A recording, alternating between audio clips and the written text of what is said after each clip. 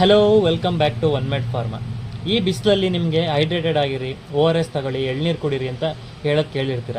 But ಎಷ್ಟು O R S ತಗೊಂಡ್ರೆ ಸಾಕಾಗತ್ತೆ ಅದನ್ನು ನೋಡೋದ ಬನ್ನಿ. ನೋಡಿ, ನಾವು ಸ್ವೆಟ್ ಆದಾಗ ಬೆವ್ರ ಜೊತೆ ಸಾಲ್ಟ್ಸು ಆಚೆ ಬರುತ್ತೆ, ಅಂದರೆ ಸೋಡಿಯಮ್ಮು, ಪೊಟ್ಯಾಷಿಯಮ್ಮು, ಕ್ಲೋರೈಡ್ಸು ಇದು ಆಚೆಗೆ ಬರುತ್ತೆ. ಈ ಸಾಲ್ಟ್ಸ್ನ ರೀಪ್ಲೇಸ್ ಮಾಡೋದಕ್ಕೋಸ್ಕರ ನಾವು ಎಲೆಕ್ಟ್ರೋಲೈಟ್ಸ್ ತಗೊಬೇಕು. ನ್ಯಾಚುರಲ್ ಆಗಿ ಎಳ್ನೀರಲ್ಲಿ ಸಿಗುತ್ತೆ. ಅದು ಬಿಟ್ಟರೆ ಓ ಆರ್ ಎಸ್ ಅಂದರೆ ನಿಮಗೆ ಎಲೆಕ್ಟ್ರಾಲ್ ಅಂತ ಬರುತ್ತೆ, ಓ ಆರ್ ಎಸ್ ಸ್ಯಾಚೆಟ್ಸ್ ಬರುತ್ತೆ. ಇದನ್ನು ಎಷ್ಟು ತಗೊಬೇಕು ನೋಡಿ, ಇದು ನನ್ನ ಕೈಯಲ್ಲಿರೋದು 4.5 ಗ್ರಾಮ್ದು. ಇದನ್ನು 200 ml ವಾಟ್ರಿಗೆ ಹಾಕೊಂಡು ಇಟ್ಕೊಂಡ್ರೆ ಆಯಿತು.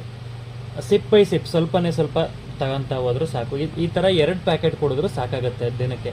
ನೀವು ತುಂಬ ಬಿಸಿಲಲ್ಲಿದ್ದೀರಾ, ಜಾಸ್ತಿ ಸ್ವೆಟ್ ಆಗಿದ್ದೀರಾ ಅಂದರೆ ಒಂದು 3-4 ತಗೊಬೋದು. ಅಷ್ಟು ತಗೊಂಡ್ರೂ ಸಾಕಾಗುತ್ತೆ ಡೈಲಿ. ಅದ್ರ ಜೊತೆ 2.5 ಲೀಟ್ರ್ ನೀರು ಕುಡೀರಿ. ನ್ಯಾಚುರಲ್ ಆಗಿ ಲೆಮನ್ ಜ್ಯೂಸ್ ಕುಡಿಬೋದು, ವಾಟರ್ ಮೆಲನ್ ತಿನ್ಬೋದು, ಕುಕ್ಕುಂಬರ್ ತಿನ್ಬೋದು. ಆಮೇಲೆ ಕೊನೆಯದಾಗಿ ಸನ್ಸ್ಕ್ರೀನ್ ಹಾಕೊಂಡು ಆಚೆಗೆ ಬರೋದನ್ನ ಮರಿಬೇಡಿ. Thank you.